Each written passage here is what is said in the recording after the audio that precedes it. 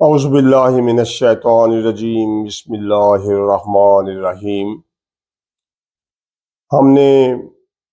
تخلیق کائنات کے بارے میں بات جو بھی بیانات تھے، سب سے پہلے ہم نے اس حوالے سے اللہ تعالیٰ کے بارے میں کچھ جانا، پھر ارواح کی تخلیق پر بات ہوئی، اور اس کے بعد ہم نے الستو بربکم کے حوالے سے باتیں کی۔ اب ہم تھوڑا آگے بڑھ رہے ہیں، اور الستو بربکم میں جو ایک خاص معتبر شخصیت جن کا نام نامی سب سے پہلے آنا چاہیے، وہ ہمارے نبی کریم حضرت محمد مصطفیٰ صلی اللہ علیہ وآلہ وسلم ہے۔ بات کو آگے بڑھانے سے پہلے میں یہ چاہوں گا کہ نبی کریم صلی اللہ علیہ وآلہ وسلم کے ادب و احترام کے بارے میں تھوڑی سی بات ہو جائے۔ قرآن پاک میں کہیں بھی اللہ تعالیٰ نے نبی کریم صلی اللہ علیہ وآلہ وسلم کو براہ راست نام لے کر مخاطب نہیں کیا۔ مقصود یہ ہے کہ تمام انسان اور بالخصوص نبی کریم صلی اللہ علیہ وآلہ وسلم کے نام لیوا انہیں پکارتے وقت کوئی بے ادبی نہ کر بیٹھے۔ قرآن پاک میں نبی کریم صلی اللہ علیہ وآلہ وسلم کا نام نامی محمد صلی اللہ علیہ وآلہ وسلم اور احمد صلی اللہ علیہ وسلم بغیر یا کہے بغیر مخاطب کیے بہت خاص حقائق پر متنبع کرنے کے لیے مذکور ہے۔ یعنی بہت کم مقامات ایسے ہیں جہاں محمد اور احمد کا نام قرآن پاک میں آیا ہے، ورنہ اللہ تعالیٰ نے کسی خاص حکم اور ہدایت کے لیے یا ایھا النبیو، یا ایھا المزمل، یا ایھا المدثر وغیرہ کہہ کر مخاطب کیا ہے۔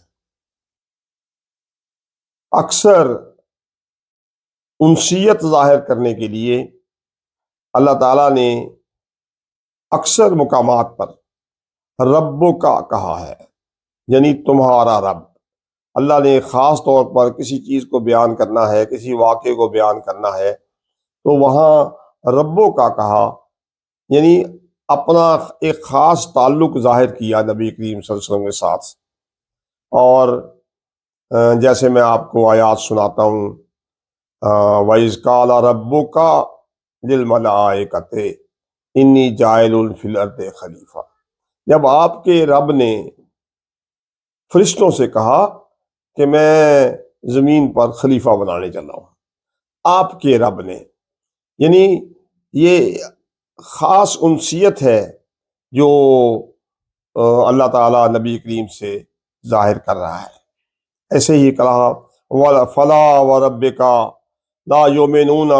حتی یحکموک فیما شجر بینہم، تو اے محبوب تمہارے رب کی قسم، تمہارے رب کی قسم، وہ مسلمان نہ ہوں گے جب تک اپنے آپس کے جھگڑوں میں تمہیں حاکم نہ بنائے۔ اس طرح ان ربک یعلم انک تقوم ادنی من ثلثی اللیل ونصفہ وثلثہ، بے شک تمہارا رب جانتا ہے کہ تم قیام کرتے ہو کبھی 2/3 رات کے قریب، کبھی آدھی رات کے قریب۔ تو خاص مواقع پہ خاص انداز تخاطب نبی کریم صلی اللہ علیہ وسلم کی شان کے اظہار کے لیے ہے، اور ان کے نام لیواؤں کو حدود ادب میں رہنے کی تلقین ہے۔ ہم پر لازم ہے کہ نبی رحمت صلی اللہ علیہ وسلم کے بارے میں لب کشائی کرنے سے پہلے نہایت ادب و احترام اور الفاظ کے چناؤ میں احتیاط کریں، کہیں ایسا نہ ہو کہ ہمارے اعمال غارت ہو جائیں اور ہمیں خبر بھی نہ ہو۔ آج کا بس اتنا ہی موضوع ہے، کیونکہ آگے قرآن شریف کے حوالے سے نبی کریم کی ذات کے بارے میں کچھ باتیں ہوں گی، تو میری یہ صرف گزارش ہوگی